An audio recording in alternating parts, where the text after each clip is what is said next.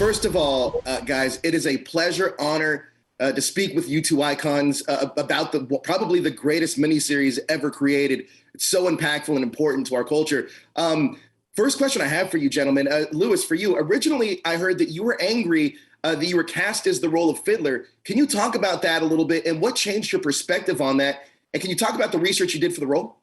Well, okay, so all my favorite actors and actresses were in that, and they had choices, including O.J. Simpson, who got a role, so even I had to run too, so it's okay. But there was Jack Crowder, and there was all kinds of wonderful actors and actresses, Cicely Tyson, Maya Angelou. And I said, well, how come they saved the Uncle Tom for me?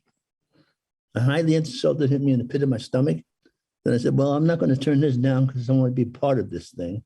Right. And in my research, in Stephen Fetchit and Mantan Moreland and Willie Best, I found artists. And now I started to get it. That's why they wanted me to do this part. It's a challenge to bring that resurrection character as a survivor in America who does not remember being a slave. For him to survive without Fiddler, Kunta Kinte does not exist. Absolutely, absolutely. Now, John, correct me if I'm wrong, but originally you were cast as the wrestler on the slave ship that kind of follows through with the rebellion. How did you end up with the part of Kunta Kinte? And can you talk about the research you did for the role? Well, the research was done unconsciously because, as I said, I had been living periodically at different points in my career in West Africa, Liberia specifically. So the bottom line was, when I was initially told that there was an interest in me participating in the project, I was sent the script for the wrestler. And they said, read this, see if you like it, and we'd like you to come in an audition if you do. Well, knowing the scope of Roots and the impact it was having on a literary basis as a result of Alex Haley's wonderful bestseller, of course, as soon as they said there's an interest, I became interested. When I read the part of the wrestler, I said, well, it's a supporting role, peripheral role at best, but yes, I'll do it because I wanted to be a participant and I didn't know they had me in mind for anything else. Subsequently, I was sent the role of another character, and I agreed if they'd have told me we got a bit part for you, a cameo, we just come in and sweep the floor, take out the garbage, I'd have done that because I wanted to be part of the project. I wasn't looking for acclaim or fame.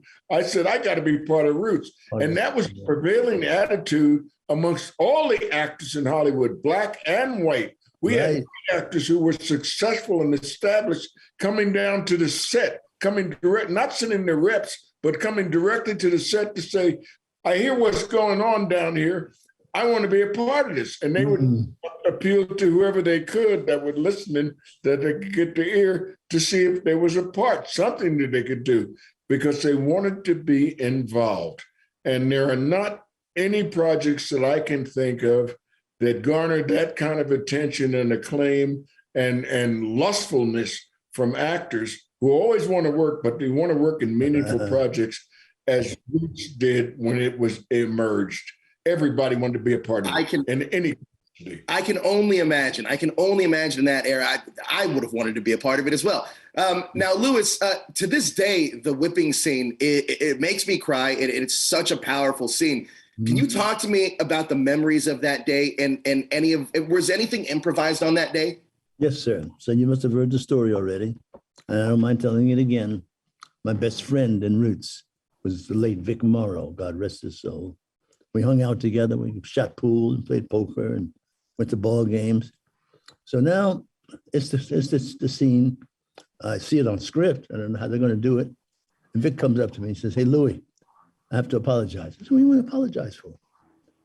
You'll see. So now here I am playing Fiddler, and I got made friends with LeVar Burton from SC.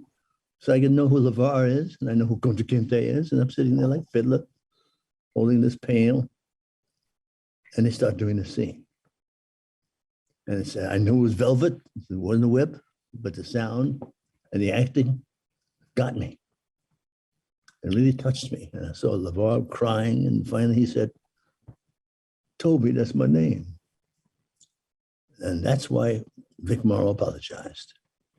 He got the results.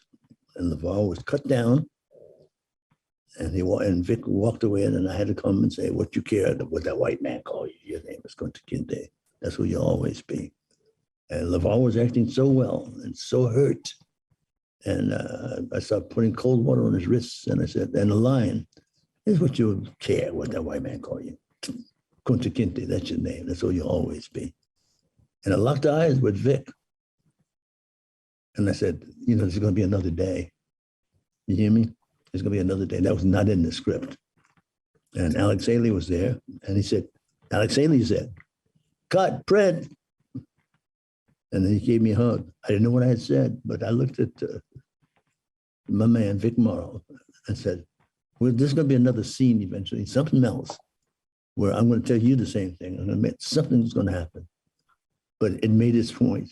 I had no idea how much point it made, but Alex told me about it. Everywhere he went, he spoke about that moment. And I did too. Man, that's incredible.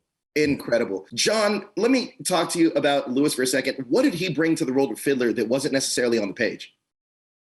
What he brought was the essence of humanity. What he brought was his experience as an actor, but as a human being, and equally, if not more important, that of a Black man, of a Black actor who had survived all the inequities of an early career, of the atmosphere that existed in the United States at that time and still prevails to some degree in certain circles. He brought all of that. And in each word, and he was always prepared. But the bottom line was he was Fiddler. He was my mentor, character-wise, and he was my mentor as regards to the actual process. I'd never done anything of that dramatic a nature before, certainly for television.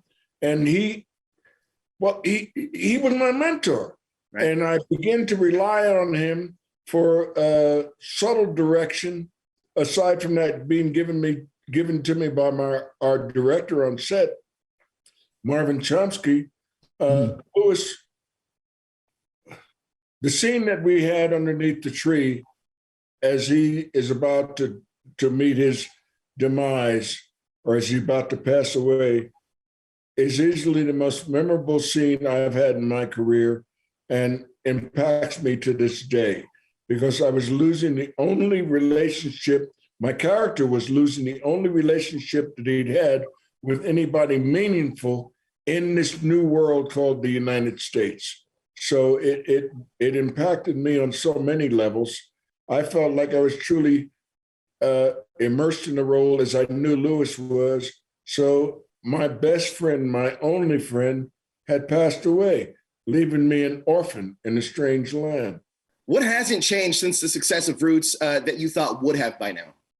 Quite frankly, when I see the emergence of Tyler Perry Studios in Atlanta, I mean, I visited the studios, and I, in fact, even worked there in the remaking of Coming to America 2. It's incredible the progress that we've made. The erection of that studio is concrete proof of our progress. So I think anything else would have to be on an individual assessment basis.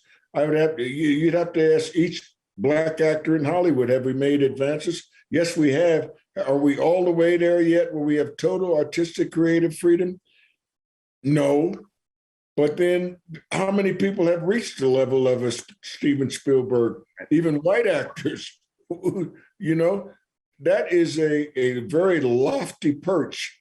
And the bottom line is we've got a lot of work to do, but we're well on our way towards getting it done. I just came back from Liberia, West Africa, which I still frequent as often as possible.